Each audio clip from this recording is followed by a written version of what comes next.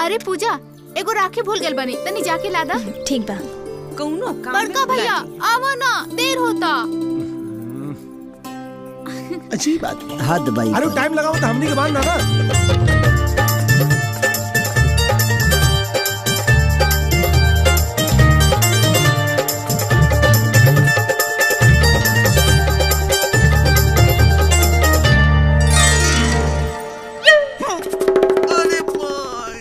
हाँ हाँ दहने। अरे बड़का भैया बैठा ना। बैठा ना। अरे बैठवा के ना। अरे बैठ ना रे। हाँ बैठो तानी भाई। बांध जल्दी। तीन तीन भाई के बीच में एगो दुलरवी बहिन कितना निक लागता ना। बस एगो कमी रह गइल कि हमरे लालन का बियाह नइखे भइल। ए राजू के मैं बोल। एगो बात कही। हाँ कही। पूजा हमने के घर में घुल मिल गई बिया।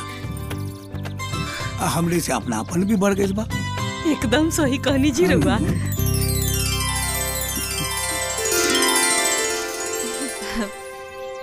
अब